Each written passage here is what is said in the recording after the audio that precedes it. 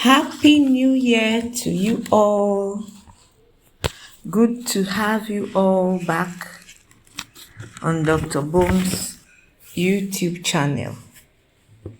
Today we'll be talking about a very interesting topic, and it's no other than halitosis, which we all know commonly as bad breath.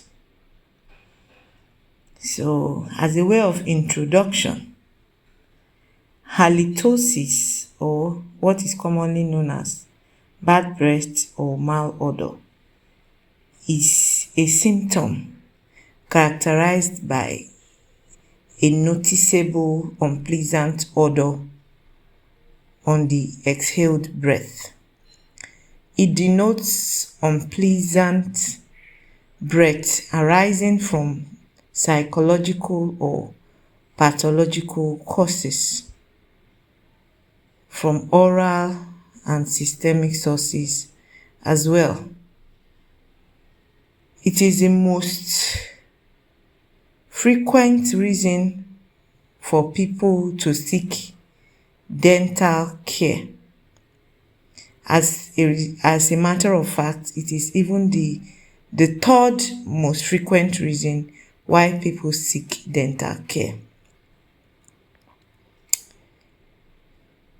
Dental caries and periodontal diseases are other reasons as well. So 20% of the general population is reported to suffer from halitosis. Not all people who think they have halitosis truly do, as we'll dive more into the classification of halitosis. So we have three types of halitosis classified by Miyazaki et al. So the first class of halitosis is genuine halitosis, which is subdivided into physiological halitosis and pathological halitosis. For the pathological halitosis is further divided into oral and extraoral. And then we move to the second type of halitosis, and that is pseudo-halitosis, as well as the third class, halitophobia. What are the general causes of halitosis? Some intraoral causes. These are factors that originate inside a person's mouth. This includes poor hygiene, presence of cavities, gum diseases, dry mouth, salivary gland issues, oral cancer, dental appliances, just to mention but a few. We have also extraoral factors, which include systemic diseases, problems of the ear, nose, and throat, as well as the gastrointestinal tract, or even blood factors. We will not want to bore you with the pathophysiology of halitosis. Just want to keep this presentation as simple as possible. So now,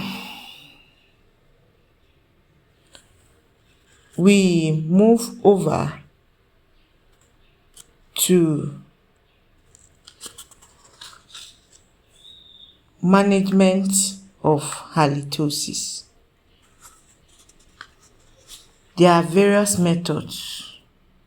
We have mechanical methods, chemical methods, home remedies, herbal remedies, and natural remedies as well, just to mention but a few.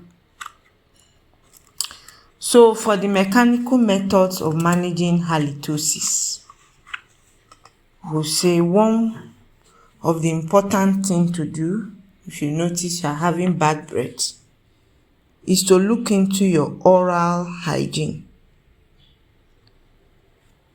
How do you brush your teeth? And what kind of toothpaste do you use? I will recommend Oral-B Pro Health.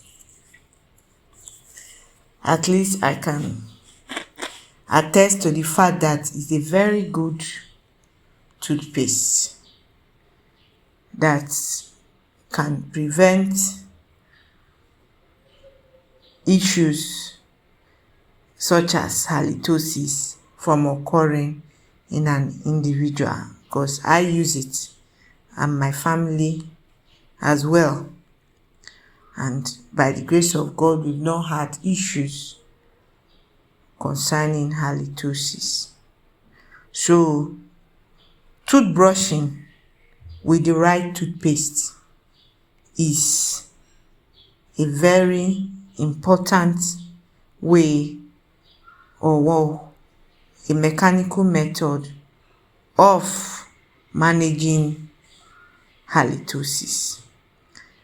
Then we move over to use of dental floss and interdental cleaners. If you are able to get in touch with this, they will also prevent halitosis.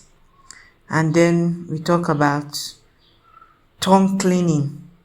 So now you are using the right toothbrush as well. It's an important thing, as well as the right toothpaste. But then you have to know that when you're brushing your teeth, when we say brush your mouth, it's not that you should brush your teeth. Your teeth shouldn't be the only focus. Your tongue should be an area that you need to really pay much attention to, because that is where most of the smell that comes from your mouth originates from. So proper tongue cleaning with the right toothbrush and the right toothpaste, that will help you in treating or managing halitosis.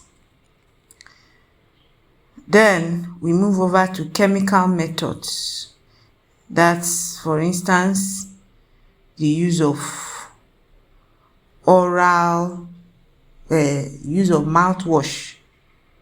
They have been thought of as very effective, and most have masking effect. You use your mouthwash and then your mouth also feels fresh. All these methods or treatment methods that we are discussing here are things that I have also practiced, and I've seen that they are very effective in preventing halitosis. So I'm recommending them to you all because I have used them, family has used them, friends and colleagues have used them, and we have all attested to the fact that they are things that have worked over the years for us.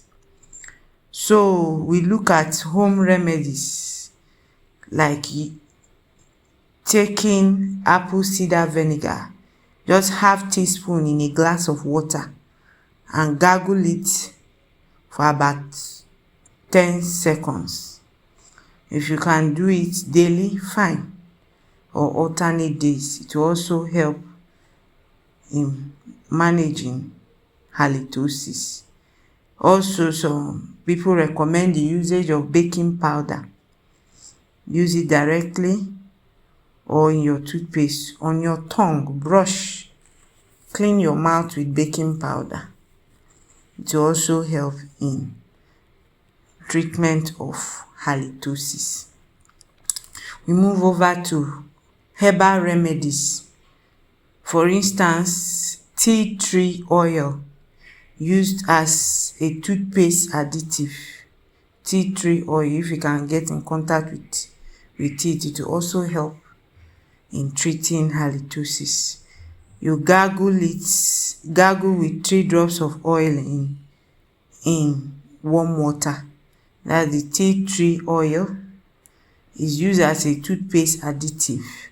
You gargle with 3 drops of oil in warm water.